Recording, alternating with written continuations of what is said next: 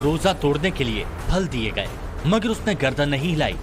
मुख्तार अंसारी को खाने के लिए खजूर दिए गए, लेकिन मुख्तार ने आंख उठाकर देखा तक नहीं। मुख्तार की बैरक के सामने पापड़ रखे गए, मगर इस बार भी उसने खाने से मना कर दिया। मुख्तार का रोजा टूट सके इसलिए पकौड़ी भी उसके सामने रखी गई, लेकिन मुख्तार ने बैरक खोलकर पकौड़ी से भरी प्लेट नहीं उठाई। मुख्तार को जब बार बार बताया गया कि इफ्तारी का वक्त निकला जा रहा है, तो उसने सिर्फ पानी पिया और गुमसुम बैठा रहा। वैसे तो मुख्तार अंसारी को सलाखों के पीछे 18 साल से ज्यादा का वक्त हो चुका है, मगर इस बार का रमजान उसके लिए बिल्कुल अलग है। चेहरे के हाव भाव बदले हुए हैं, चेहरे की रंगत उड़ी हुई है। अब वो सिर्फ पानी पीकर रोजा तोड़ रहा है। इससे पहले मुख्तार अंसारी जेल में बंद दूसरे मुस्लिम कैदियों के लिए खजूर बांटता था, उन्हें फल देता था, साथ में रोजा तोड़ता था। लेकिन अब वो अपने बैरक से बाहर निकलता है, पानी पीता है और वापस बैरक में चला जाता है। जिस मुख्तार की जेल में कभी ठाठ हुआ करते थे, जो इफ्तारी के दौरान शरबत से लेकर फलों का इंतजाम बड़े लेवल पर करता था, वो रमजान के महीने में कोर्ट से मिल रहे नॉन स्टॉप झटके के बाद सदमे में पहुंच गया। आलम यह है, जिस मुख्तार को कभी सिर तना रहता था, उसके कंधे अब झुके हुए हैं। जिस माफिया की आंखों में पहले रौब होता था, अब उन आंखों में आंसू टपक रहे हैं। पहले मूंछों पर हाथ से ताव देता था, अब वही मुख्तार घंटों सर पकड़कर बैठा रहता है। उसकी जेल से बाहर निकलने की उम्मीद एक एक कर टूटती जा रही है और इसका असर रोजे पर भी पड़ रहा है। लाइसेंस रद्द होने के बाद भी हथियारों को जमा न करना माफिया डॉन मुख्तार अंसारी के लिए अब गले की फांस बन चुका है। इसलिए मुख्तार अंसारी पर अब एक और केस चलेगा। बताया ये जा रहा है कि साल 2017 में मुख्तार अंसारी के कुछ जो लाइसेंस थे, उनके जो लाइसेंस थे वो कैंसिल कर दिए गए थे। बावजूद इसके उन्होंने उन हथियारों को सरेंडर नहीं किया और इसके बाद साल 2021 में गाजीपुर के मोहम्मदाबाद पुलिस थाने में उनके खिलाफ मुकदमा दर्ज किया गया। जांच में ये आरोप सही पाए गए और इसके बाद इलाहाबाद हाईकोर्ट ने इस पूरे मामले को गाजीपुर जेल से वाराणसी के एमपी एमएलए कोर्ट में ट्रांसफर करने का आदेश दिया। मुख्तार अंसारी पर अब 65 से ज्यादा केस हो चुके हैं, जिनमें से 8 में उसे सजा मिल चुकी है, जबकि 19 मामले ऐसे हैं जो विचाराधीन हैं, यानी कोर्ट में पेंडिंग हैं और इन पर सजा होनी है। शनिवार को ऐसे ही 2 मामलों में सुनवाई के दौरान मुख्तार की वीडियो कॉन्फ्रेंसिंग के जरिए पेशी हुई, जहां मुख्तार की हवाइयां उड़ी हुई थी। तो आने वाले समय में ये तो तय मान करके चलिए कि मुख्तार की जिस तरीके की क्रिमिनल हिस्ट्री रही है, जिस तरीके का कोर्ट का सुप्रीम कोर्ट में भी जो टिप्पणी उनके खिलाफ की गई है, उनकी जेल के सलाखों के पीछे से रिहाई तो मुश्किल ही नहीं असंभव है। दूसरी चीज ये है कि उनसे जुड़े जो लोग हैं, चाहे वो उनके साले हों, चाहे उनके बेटे हों, चाहे उनके गैंग से जुड़े हुए जिन्होंने कि दशकों तक लाभ कमाया है, उनके खिलाफ भी कानून का शिकंजा इस तरीके का कस चुका है कि अब लगातार ये सजा का सिलसिला आपको सुनने को मिलता रहेगा। रोजे में मुख्तार को रोता हुआ पाया गया तो डॉक्टर्स की टीम ने उसका रूटीन हेल्थ चेकअप किया। सूत्रों का दावा है कि इस दौरान मुख्तार को मेडिकली फिट पाया गया, मगर उसका इमोशनल ब्रेकडाउन नहीं रुक सका। मुख्तार को चिंता खाई जा रही थी कि न जाने कितने रमजान उसे पानी पीकर ही गुजारा करना पड़ेगा, क्योंकि दक्षिण टोला क्षेत्र में दर्ज double murder case final stage में है, जिसमें कभी भी फैसला आ सकता है। इसमें मुख्तार को उम्र कैद से लेकर फांसी तक की सजा हो सकती है। 6 मुकदमे ऐसे हैं जिनमें गवाही के साथ ट्रायल चल रहा है। इनमें भी मुख्तार को 3 साल से ज्यादा की सजा मिलने की संभावना है। 4 केस गैंगस्टर एक्ट के हैं, कुछ धमकी देने और आर्म्स एक्ट से जुड़े हैं। इनमें भी मुख्तार को सजा होनी तय है। माना जा रहा है कि 10 मुकदमों में योगी सरकार बहुत ज्यादा इंटरेस्ट ले रही है ताकि माफिया को कड़ी सजा मिले और जीते जी सारे रमजान सलाखों के पीछे ही उसे गुजारने पड़े। इस बात की संभावना बहुत ज्यादा है क्योंकि कई मामले योगी सरकार में दर्ज किए गए हैं और इनकी पैरवी बहुत जोरदार तरीके से की गई।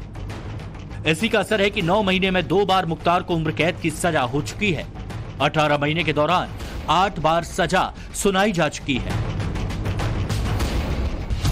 होली हो, दीपावली हो, ईद हो, क्रिसमस हो, सब शांतिपूर्ण तरीके से सब लोग मना रहे हैं, खुशहाली है। हर व्यक्ति अपने मस्त है, अपने तरीके से पर्व और त्योहार मनाने के लिए स्वतंत्र है। सरकार उसको सुरक्षा देगी, सरकार उसको सुविधा देगी, यही सरकार का काम है। हर प्रकार के लोगों की सुविधा देंगे, रामपुरी चाकू पे भी धार देंगे, जो सबकी सुरक्षा के लिए काम भी कर सके और घर में सब्जी काटने का भी काम कर सके। जब समृद्धि आएगी तो किसी के जेब में उसको काटने की नौबत क्यों कोई करेगा। अब इसे मुख्यमंत्री योगी आदित्यनाथ का खौफ कहिए या कुछ और। यही मुख्तार 2017 से पहले जेल में बंद था तो रमजान के दौरान वहां भी महफिल जमाया करता था। रसूखदार तक इसके साथ इफ्तारी में शरीक होकर खुद को सौभाग्यशाली समझते थे। जेल की लिस्ट में सबसे ज्यादा उससे ही मिलने वालों का नाम होता था। मगर अब तस्वीर बदल चुकी है।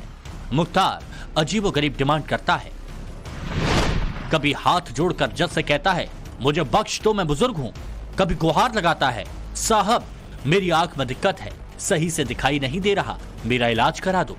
डर के मारे कहता है जेल से निकला तो मेरी हत्या हो जाएगी, कोर्ट में ना बुलाएं।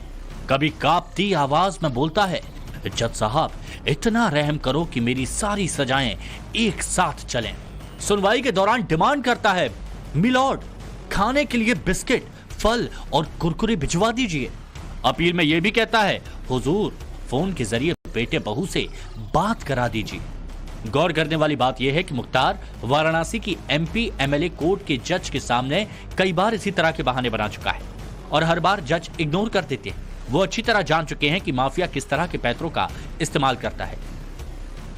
रमजान का महीना चल रहा है, ऐसे में रोजेदार तरह तरह के पकवान खाकर अपने रोजे खोलते हैं। ऐसे में बांदा जेल में बंद माफिया मुख्तार अंसारी भी रोजे से है। बांदा जेल सूत्रों की माने तो माफिया मुख्तार अंसारी केवल पानी पीकर ही रोजे कर रहा है। आखिर इसकी क्या वजह है ये तो जेल प्रशासन ही जाने या माफिया मुख्तार अंसारी जाने। क्या मुख्तार अंसारी को अल्लाह से कोई इबादत कर रखी है या उसको कोई स्वास्थ्य संबंधी समस्या है या उस पर चल रहे कई गंभीर मामलों की लेकर बड़ी चिंता है। मुख्तार अंसारी पर अगली सुनवाई 21 मार्च को होगी। माना जा रहा है कि इस बार भी ईद के मौके पर माफिया से उसका कोई फैमिली मेंबर नहीं मिल पाएगा क्योंकि पत्नी अफशा अंसारी इस वक्त फरार है। बड़ा बेटा अब्बास अंसारी कासगंज जेल में बंद है। छोटा बेटा उमर अंसारी कई मामलों में फंसा हुआ है, जबकि मुख्तार के भाई अफजाल इन दिनों 24 के चुनाव में व्यस्त है। उधर मुख्तार जेल में सिस्कियां ले रहा है, उधर मुख्तार के भाई इमोशनल कार्ड चल रहे हैं। योगी सरकार में चलाए गए हंटर के खिलाफ आंसू बहा रहे हैं। हमारे भाई को जेल में तो 18 साल से बंद किया, बेटे को बंद कर दिया, बहू गई थी अपने पति से मिलने, उसको जेल में बंद कर दिया। कहा तो वो योजना बना के आई है कि भगा ले जाए।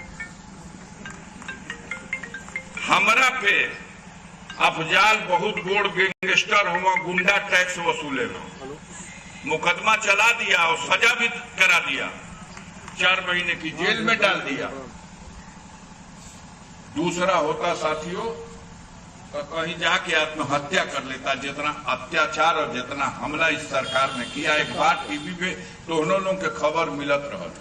अब योगी मोदी में सारे गुंडा गुंडी जेल चले गए, लोग रहम की भीख मांग रहे हैं।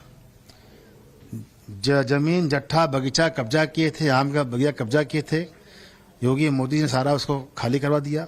जनता को राहत है, अब गुंडा गुंडी चला गया है, अब वो भूल जाए चुनाव जीतने के लिए। घुटने पे आ गए माफिया।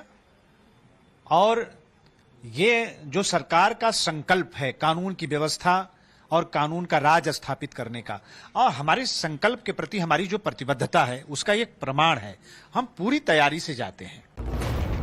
माफिया मुख्तार का राज मिट्टी में मिल चुका है। पूर्वांचल में जिस दबंगई की सल्तनत को खड़ा किया था उसे ध्वस्त किया जा चुका है।